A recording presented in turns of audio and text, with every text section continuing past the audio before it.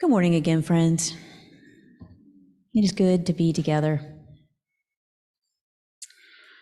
I want to share with you again Deborah Falk's words for our call to worship this morning. So listen to them again and let yourself fully take them in. The chalice lit among us is a beacon of hope in a world in crisis, a beacon of possibility made manifest in community, a beacon of warmth through our interconnections, a beacon of light illuminating our shared wisdom, a beacon of connection by our being together. Our chalice, the symbol of our Unitarian Universalist faith and heritage, shines brightly here in our sanctuary and in our hearts. It serves as a beacon of hope and as a light of wisdom today and always. Like all who have come before us, having something to help us find our way and make our way through is essential. It is helpful to have this beacon calling us home, grounding us in ourselves and in something larger, and offering the comfort of connection and community. This beacon reminds us of who we are and calls us to wise action as we move through our days. I want to explore with you how our Unitarian Universalist faith can be an ongoing source of comfort and wisdom in our lives, especially during hard times. So let us join together for a moment and simply breathe. If you like, you can close your eyes or soften your gaze and notice your breath as it moves in and out of your body at your own pace. In and out. Feel your body as it is wherever you are sitting. Relax your breathing. Allow yourself to rest in this moment.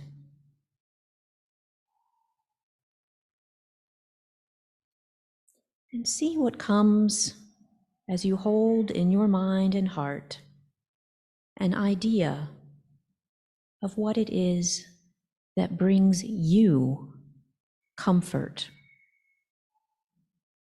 What brings you a feeling of ease?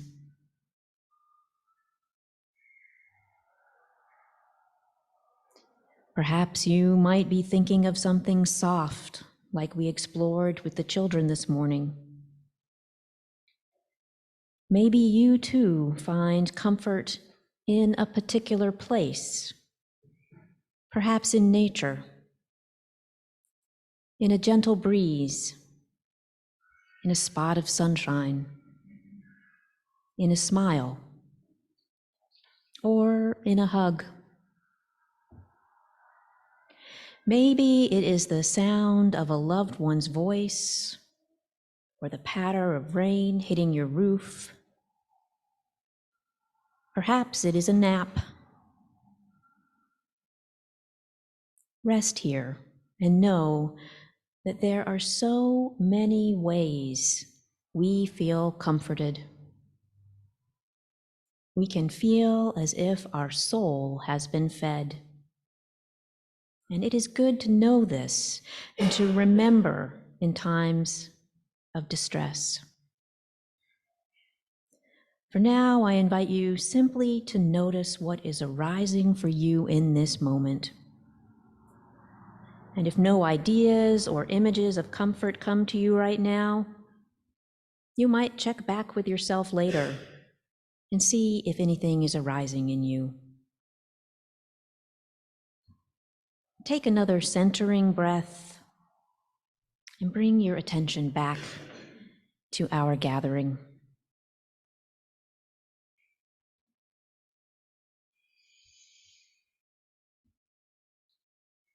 Comfort is crucial for each of us, for all humans, for all living things. It can soothe us, it can help us feel safe and at ease. And by comfort, I include basic human needs like clean air and water and sunshine, shelter, food, clothing, feeling loved. Things that many have and can take for granted, yet are essential to our well-being. In times of conflict and strife and war, our hearts ache for those in need of comfort and safety. As we sang in our meditation hymn, may we all be filled with loving kindness. May we be well, peaceful, and at ease. May we all be whole. When I reflect on what brings me comfort, I think of the hand-crocheted blanket my grandmother made me when I was 5 or 6 years old. It is brightly colored in those 1970 shades of yarn: green, purple, pink, and yellow. It was a constant on my bed as a child. Now I have it tucked away in my closet most of the time, yet it is the blanket I go for and want wrapped around me when I'm feeling sick or sad. It is infused with my late grandmother's love, and it brings me comfort. It helps me feel held and loved by the larger love that holds us all. Perhaps you have something like my special blanket in your life too. I hope you do. There are many kinds of comfort, such as the tangible wrap yourself in a blanket kind, as well as other kinds that manifest differently, but point to our interconnection with one another and to the web of life. There can be comfort in living our values. As Unitarian Universalists, we know that we are doing our best when the choices we make are aligned with our values, when we are living with intention and integrity. I'm not suggesting that doing our best means that we always get things right or that we don't make mistakes. Being human is hard, and perfection isn't possible or even what we're working for.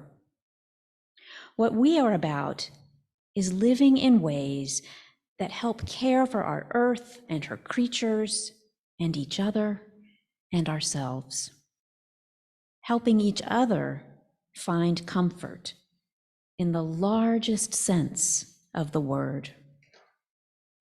What we are about as we carry on the work of our Unitarian Universalist heritage is helping to create heaven here on earth. That doesn't mean that we all make the same choices, but it does mean that when we live our Unitarian Universalist faith, we are each consciously connecting our choices to our values and priorities, and we are centering the value of love. Big love, active love, healing love, liberating love. When we are clear about this, we can take comfort in living our values. This can help us stay on track. One of the gifts of being in community is that we can feel connected to each other as we work together for things that matter to us, like sharing food with those who are hungry. We'll be doing that today after our service by helping each other put together meal packets in the social hall for the hospital meal packet program. Our compassion, our care, our big love, it matters. It makes a difference. It brings comfort to others, and it opens our own hearts.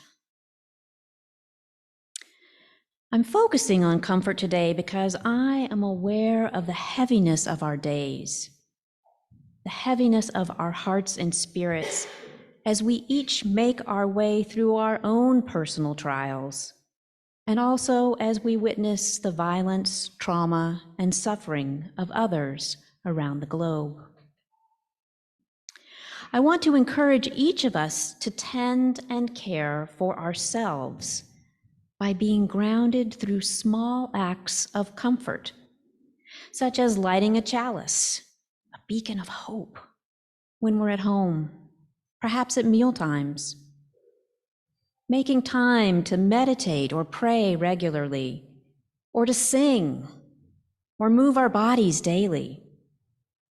And if you don't have a chalice at home, please see me after the service and we will arrange to get you one. I believe that these small yet important acts fill in each of us a well of comfort that enables us to respond with more resilience during times we are uncomfortable. And uncomfortable is what our Unitarian Universalist faith calls us to be some of the time. Our faith calls us to be agents of change in the world by naming and addressing injustice both in ourselves and in the wider world. We are called to challenge oppressions, including racism, transphobia, other isms and phobias, as well as our own unconscious bias. Speaking up and speaking out can feel uncomfortable. Witnessing when others are struggling and suffering or being marginalized can feel uncomfortable. Inflicting, even if unintentionally, pain on another is uncomfortable. And we know that being aware and mindful of our impact over our intent is important. None of us likes to be uncomfortable, yet we know that life is messy and complicated and hard. It just is. We are so fortunate that we are here together to journey along and support one another and help spread comfort and care and love out into the wider world that so desperately needs it. We've been talking a lot recently about our UU values and putting love at the center of our faith. Putting love at the center acknowledges that being human is hard, and that love is what guides us to co-create the beloved community and helps us create heaven here on earth. In order to keep showing up to help do the work of liberation for all, we must care for ourselves and our souls and replenish our spirits with sources of comfort. We need rest in body, mind, and spirit so that we can return to the work awaiting us all. I need you to rest. I need you to find ease, because I need you to be able to return again to work with me, with all of us, for our mutual liberation. One way you might do this is to be aware for yourself of when you need to take a break from images, stories, and sensationalized information sources. Allow yourself to move away for a bit when your own mental and spiritual health needs a rest or a break, or when it's too much. It's okay to take a break. When I was growing up, and I am so grateful to have grown up in this faith, I remember learning about the chalice. We would light it each week in children's worship. My mom explained to me that our chalice reminds us that as you use, we value the light of knowledge. She said that part of what it means to be a Unitarian Universalist is that we are lifelong learners, committed to staying open to new understandings and new ideas. Her explanation has stayed with me always. Our beacon, our chalice, reminds us that we are called to keep growing, to keep becoming. Just as we need comfort, we also need knowledge. And more than that, we need wisdom. Our Unitarian Universalist heritage teaches us to honor the wisdom found in our own direct experience of transcending mystery and wonder, in the words and deeds of prophetic people, in the world's religions and sacred texts, in reason and science, and in the sacred circle of life that we strive to live in harmony with as the rhythms of nature. What a gift it is to have these sources of wisdom to guide us. It is both a blessing and a curse to live at a time when so much information is available to us around the clock. I know I can feel overwhelmed by the number of people offering thoughts, advice, and information through websites, videos, podcasts, books, audiobooks, TV, streaming services, movies, shows, and more. For me, it's just too much. And I also want to be clear that wisdom is different from information. Wisdom is different from knowledge. Wisdom is a blend of knowledge, lived experience, understanding, common sense, and insight. I had an experience recently of being in an online meeting where there was an animated exchange between a panel of religious professionals about aspects of church life. I had attended this meeting hoping to gain ideas and inspiration and to hear what others were doing and to learn from my colleagues. And to my surprise, I left that meeting with a strong negative response in my head and in my heart and in my body. I just really responded in a big way to what had been said. I was upset. I felt sick to my stomach and I was about to cry. I was so surprised by my strong reaction. I needed to move my body, so I left my office and I went into the social hall where I ran into Reverend Tim. And I shared that I was distressed. And he asked if I wanted to talk about what I had experienced.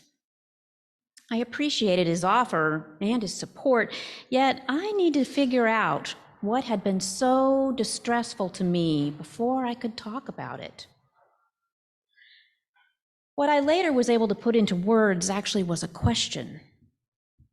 Where was the wisdom in the room during that meeting with colleagues? There were plenty of ideas and opinions and thoughts and declarations and broad assertions. But as I reflected, what it felt to me was missing was wisdom. And part of wisdom is remembering that there is no one way for things to be done, in church or in life. I share this story with you to invite you to notice and think about the voices and sources that you listen to. Are they wise? And if they are, what makes them wise? What or who in your life is a trusted source of wisdom for you? I hope that you will reflect on this question in the coming week and beyond, but particularly in the coming week as we prepare for next Sunday's worship and our annual Ancestors Sunday, honoring those who have gone before us. Those wisdom keepers from our heritage both familial and those we have chosen. Our chosen ancestors, our chosen family, often bestow us with the greatest gifts. So reflect this week on who you would like to honor next Sunday, and send an image, if you have it, to the office at office@uucharlottesville.org, or bring a small image or memento of meaning for the ancestors' altar we will build together next Sunday.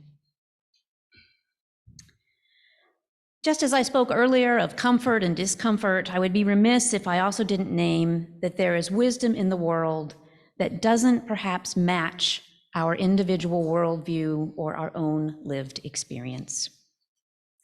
This can feel uncomfortable for those of us, particularly in the dominant culture, especially as we work to center the voices on the margins.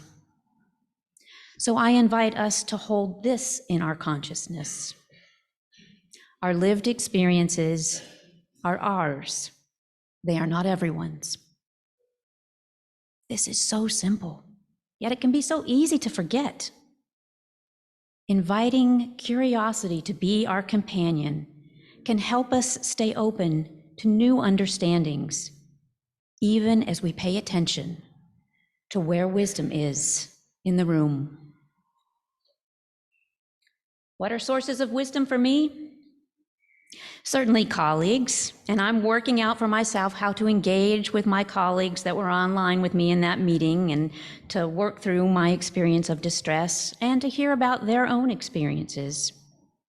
Other sources of wisdom for me are elders, both living and gone, our children, my mentors, my beloveds, and of course, the writers and the poets and the dreamers and nature and music. Wisdom from the marrow of life.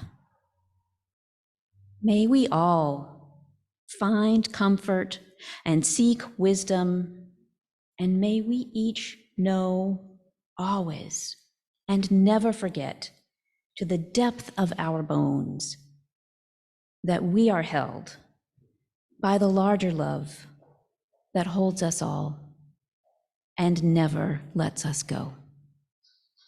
Amen, and blessed be.